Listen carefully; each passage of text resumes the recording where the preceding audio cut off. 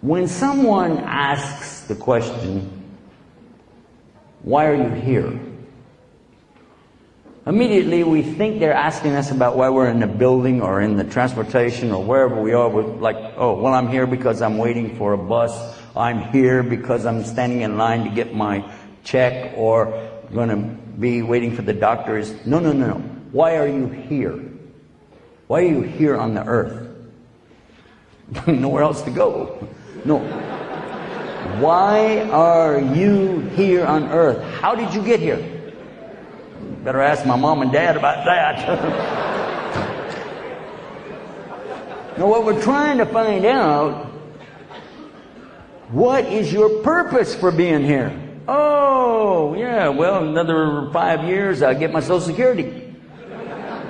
Not that. How did you get here? What is your purpose of life? You'd be surprised how many people never really thought about it, or if they did, they just kind of shrugged it off and leave it because they didn't know. Then some will be wise guys, like I was playing games just now. They'll do something like that. Their purpose is to get drunk, or to get high, or to chase after the girls, or things that we don't even want to talk about. But they think that's their purpose. Then there are those who don't know. There are some that don't believe in God at all. Not even a little bit. They don't want to believe. You know what's sad about that? In the exact same countries and places on this earth where atheism is prevalent, where you find people who don't believe in God, are the exact some places exactly where they have the highest suicide rate. How many of you knew that? Anybody ever been to Sweden? When I went to Sweden, the first thing they told me when I got there, this is on a tour, right? And they're very proud of their country. They said, our country is made up of small islands connected by bridges. And another thing about our country that's really neat is that we have this social system that if you don't have a job, you still make the same kind of money. And they said we were the last ones to accept Christianity and the first ones to leave it. That's what they said. And I was thinking, you know what? I don't promote Christianity anymore. I don't. Well, I'm a Muslim. But at the same time, I didn't want to hear that. I really didn't. Because if somebody's not going to be a Muslim, at least be a Christian. That's the closest to us. That's what Allah said. The closest to us that you will find are those who stand and cry to Allah in the night, and they say they are what? Christians. Allah spoke about them in the Quran in Surah Al-Imran, a verse that most of you have heard or maybe even memorized, but you only memorized half of it. كُنْتَنْ خَيْرَ أُمَّتِي نُخْرِجَتْ لِلنَّاسِ تَأْمُرُونَ بِالْمَعْرُوفِ وَتَنْهَوْنَ عَنِ الْمُنكَرِ وَتُؤْمِنُونَ بِاللَّهِ. What's the rest of it? Anybody know? One person out of what? 500-600 folks here today. Let me tell you where it is. I want you to go home and this is your assignment tonight. Chapter 3, verse 110. Surah Al-Imran, verse 110. Because the rest of it said, and if the people of the book had believed, it would be better for them. And from them you will find those who have Iman, faith in Allah. But most of them are, and it doesn't call them kafir. It does not call them kuffar. It calls them fasikun. Fasik, which means what? Disobedient, breaking the commandments. And I asked some preachers what they thought about this verse. And when I explained it to them, they said, that's true. You ought to see my congregation. Exactly. So, I'm mentioning this Because when somebody tells me they become an atheist, that doesn't impress me. If they said I was a Christian and I left Christianity to believe in nothing, I think, boy, did you go backwards.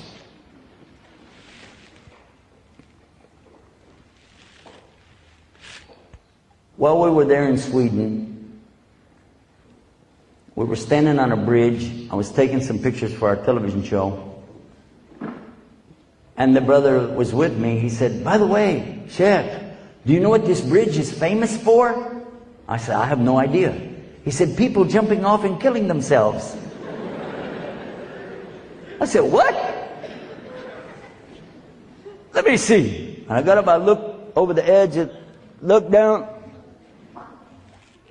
I said, there's a road down there. It's not a water. There's a bridge. There's a bridge over a highway. He said, yeah, if falling, if that doesn't kill you, a truck will. I'm not joking. That's what he said. We were in Stockholm. Malmo. That was in Malmo. It's not really funny. I'm trying to make something easy to talk about. Death is not something pleasant for a lot of folks, you know. Especially when somebody takes their own life. So I want to know why. Why would somebody do that? I mean, maybe I can understand if somebody's in a tremendous amount of pain, they just got run over by a truck, their legs are all crumbled up, and they're feeling a lot of pain, they want to end it. Maybe, even then, I don't know. But how about a young man or a young woman, maybe 18, 21, 24, 5, something like this. Their whole life in front of them. They've got eyes that they can see. There are blind people who would love to be able to see, and they can see. They got ears to hear. There are deaf people who would love to be able to hear. They can walk. They've got legs. They've got a good mind. Why would a person like that kill themselves? And it came to me that in the places where they have the least faith in the law, they have the most suicides. So I began to talk to the people there in Sweden, and I told them, I said, you know what, you got a lot of good things in your country, no doubt about it. But one thing you guys need, you need to believe in something and stop killing yourselves. Now, I don't want to stay on that too long because that's not really our topic. I'm talking about a purpose of life. But you see, it looks like that those people who did that is because they gave up. The things that they wanted most in life, like maybe they're in love with somebody, maybe they have a job that they like, maybe they have some education they're working on. I recall in one university, they had a big clock tower. They shut it down because I wanted to go up there and look around. They said it's not permitted anymore. I said, why? They said because after the report cards come out, many of the students would crawl up to the clock tower and jump out and kill themselves. Because they had failed and they didn't want to go back and show their parents wasted the money. That's too much. In other words, when you don't see what you want in this life, you just end it. You finish it. For a Muslim, or a Christian for that matter, or a Jew, we would never really imagine how somebody would want to kill themselves. Because those are the people that are never going to get out of hellfire. Ever. Killing yourself?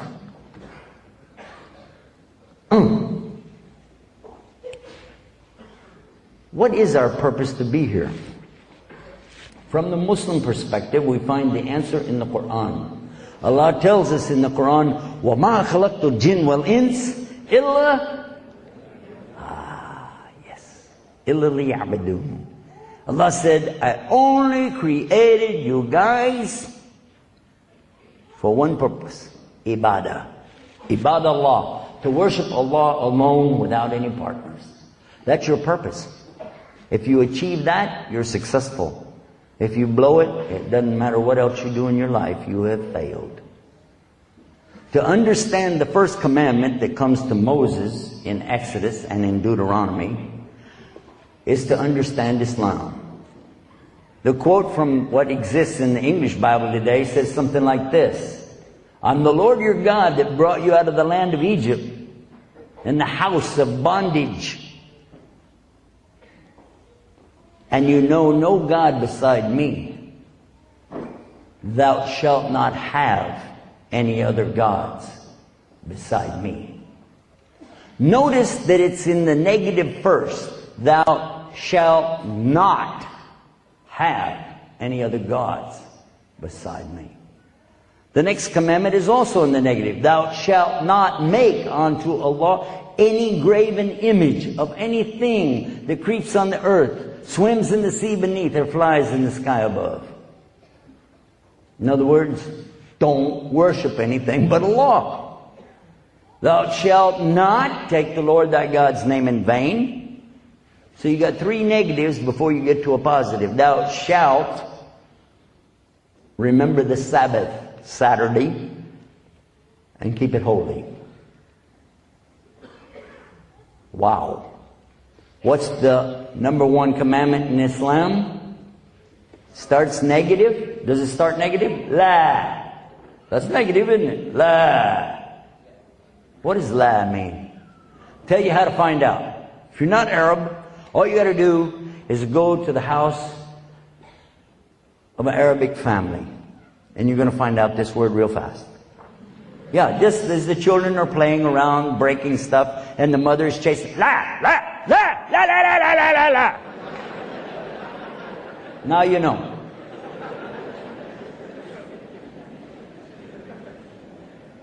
La ilaha. There is no God. Remember, ilah means God. La ilaha illa, except Allah. There is no God. There's no deity worthy to be worshipped illa Allah, except for Allah. It makes sense? Yeah. The purpose of life for the Muslim, not only is it spelled out real clear in this statement, it's also spelled out how to do it. It's not just the law said, go try to figure it out. No, it's all right there. Everything is there for you. Even how to get started.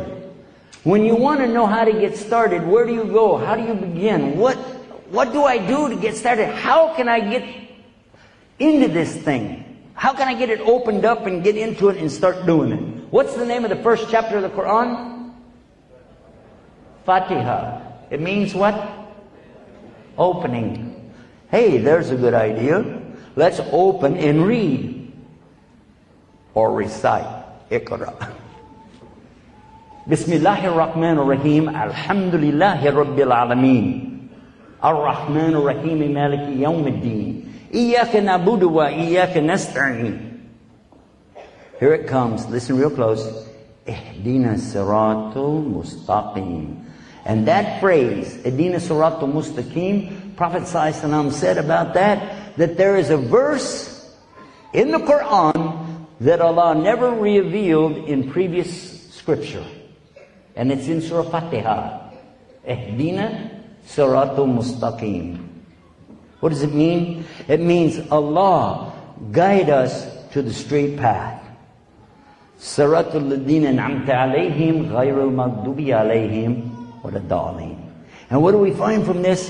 That here is how to get started. Ask Allah, guide me. It makes sense, doesn't it? If it's His deen, His way, His universe, who else could help you except Him? So you're asking for guidance. And Allah says in the Quran about it very clear. Whoever He guides, nobody's going to misguide him. Is that true? But whoever He lets go astray, nobody else can guide him except Allah. Alhamdulillah. Alhamdulillah for this guidance. I love it. But do you want to know how to be guided? Now you asked Allah, where's the answer? Just keep reading. Just read a little bit more. Next verse, next next surah, and watch what it says. Bismillahir Rahmanir Rahim. Alif, Lam, Mim. Dhaliku kitabu la rayba fi. What does that mean? Dhalik means that, not this. Translators all say the word this, but actually it says that is the book wherein there is la rayba fi, no doubt. And it's talking about the book with Allah fi lawhim mahfuz. According to the ulama, the scholars, this is what they said. But in any case, look what it says next. Hudal lil muttaqin. This book is the one with no doubt, and it is guidance for people who have taqwa. Taqwa means to put a barrier between you and Allah's anger. By what? Correct belief. Correct belief, not the stinking thinking that we find out in the streets. Correct belief and deeds to match. Put those two together. Amanu wa amilu salihat, and you're good to go. Get the right thing in the head and then act on it. Prophet Muhammad, peace be upon him, was asked one time, tell us about this way of Islam, Deen al-Islam, this way that only you could tell us. He said, Kul amantu billah thumma istaqim, which means say I put everything into Allah. All of it for Allah. My faith, my belief, my trust is all in Allah. And then be steadfast on what you said. Beautiful. Your purpose in this life is to live it to the maximum that you can. Living and worshiping Allah and being who you really are to the best of your ability. But you don't know, you will guess unless you know what Islam teaches you. That's why you need to know what Allah said in His book, in His recitation. Go and find out for yourself to help you so that you understand your purpose and know how to go about doing it. When babies are born, Muslims know exactly what to do. Yeah, we do. We even know about chewing the little date up for them. Calling the adhan in the right ear. We know about what day to shave the hair off the head. We know the day to do circumcision on the boys. All of this is in Islam, and we know it. We know how to eat. We know how not to eat. We know when to eat, when not to eat. We know what to eat and what not to eat. We understand the volume of the stomach. All of this is coming to us 1400 years ago. And just last week they released something from the Medical Association determining that they have discovered something amazing, that the human being will do much better with their body if they will simply eliminate 3 days every month, eliminate any intake. Fast 3 days out of every month, and this is better for your body. Oh, it's a beautiful hadith of the Prophet 1400 years ago.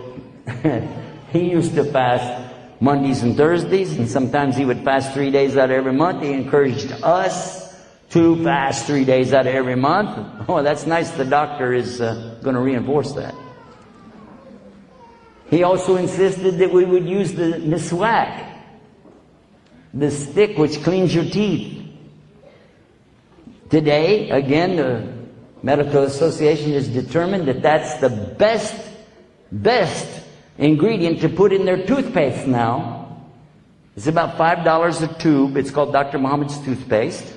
And you scrub your teeth with it. They said in the report, I read the report, it comes with the toothpaste. You can take it out and read it. It said it will clean your teeth and the gums, removing the tartar and the plaque.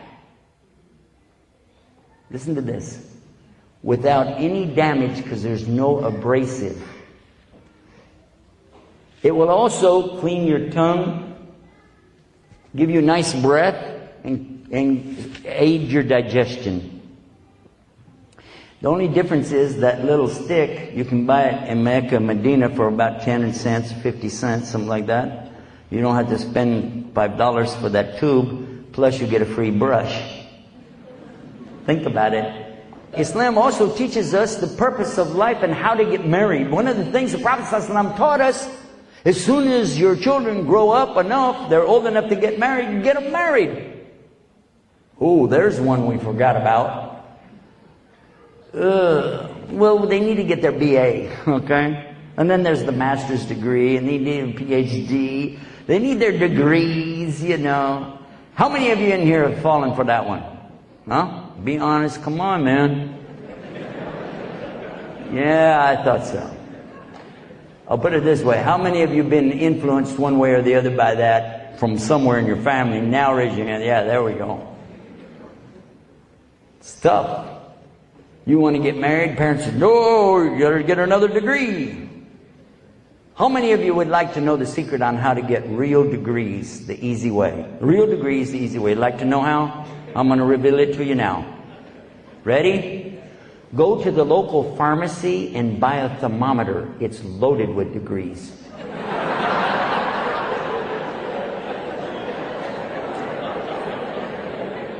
Prophet ﷺ, our Prophet Muhammad, peace be upon him, he wanted us to get the kiddos married right away. You know what that does? That helps a lot.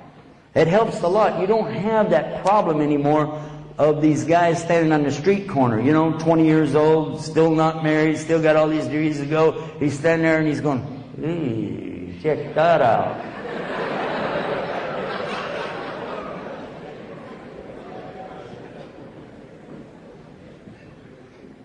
Now, Ali radiallahu anhu told us, if I'm not making a mistake, I believe that he told us that Muslims are allowed one look. You can get one look because you need to know. You can't just walk in and bump into people. So you can look up, you know, okay, that's a woman over there. Because Allah told us in Quran, tell the believing men, lower their gaze and guard their private parts. So one day we're standing there, right? Some of us, you know, and all of a sudden one of the brothers, he's going, and we go, Abdullah, what are you doing? He said, don't bother me, I didn't blink yet. One look.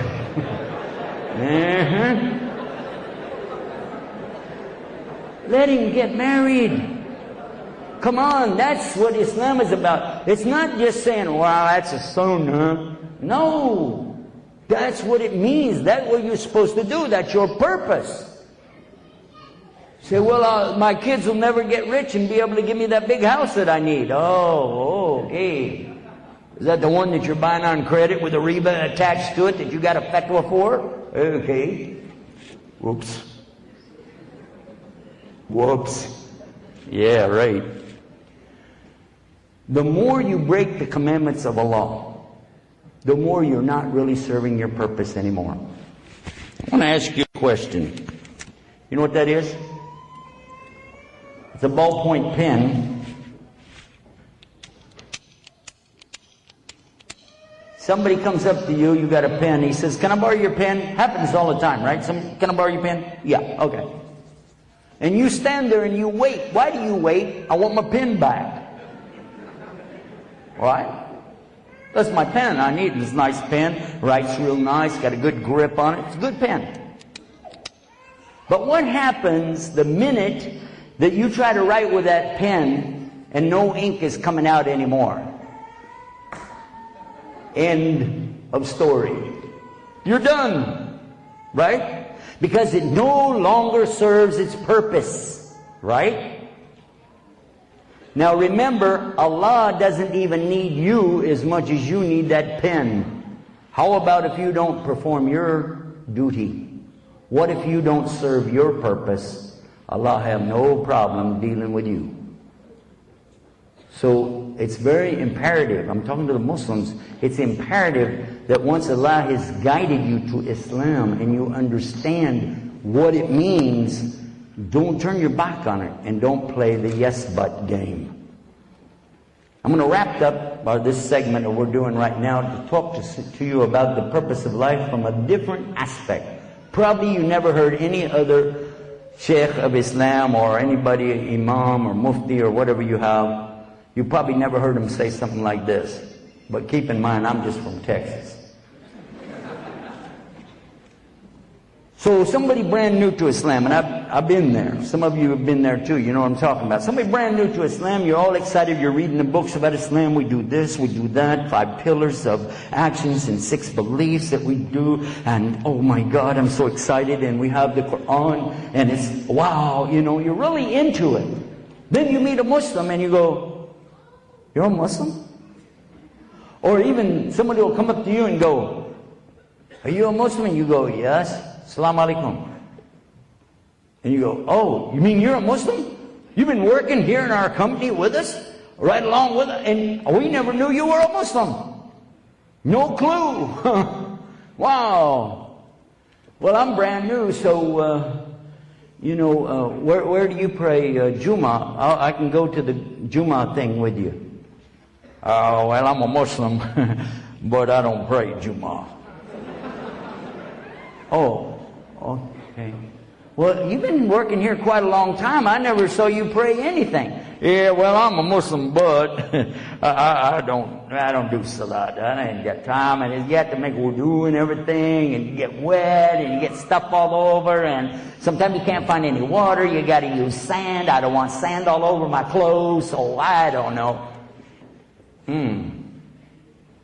But what about Ramadan?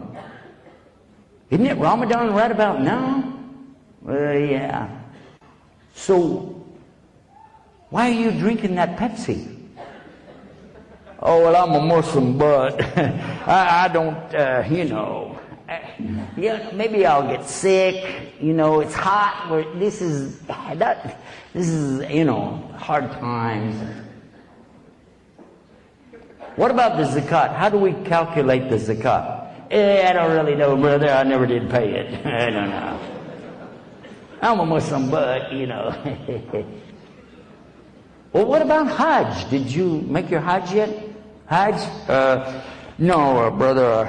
It costs a lot of money to go for Hajj. And Allah doesn't want to make anything hard for me, So, Well, last year, you took off a whole month and flew to the United States, took your kids and your family to Disney World in Florida. What was you doing? Making tawaf around Epcot Center? Well, I'm a Muslim, but, there's a lot of, might not get a visa, something like that, Well, let me ask you another question, brother. Isn't it in Islam that you're supposed to let your beard grow? Isn't that what, there's a hadith, somebody told me it's a hadith. You have to let your beard grow. You're not supposed to cut it off. Isn't that what it says, Sahih Bukhari? Well, brother, you know how it is. They might fire me or something. They're liable to, I'm Muslim, but you can't expect me to, And what about, does that mean your wife is a Muslim too? Yeah. She don't wear a hijab. Yeah, brother, but, that's back then. And today, it's, we're Muslim, but I got it. You're a Muslim, but.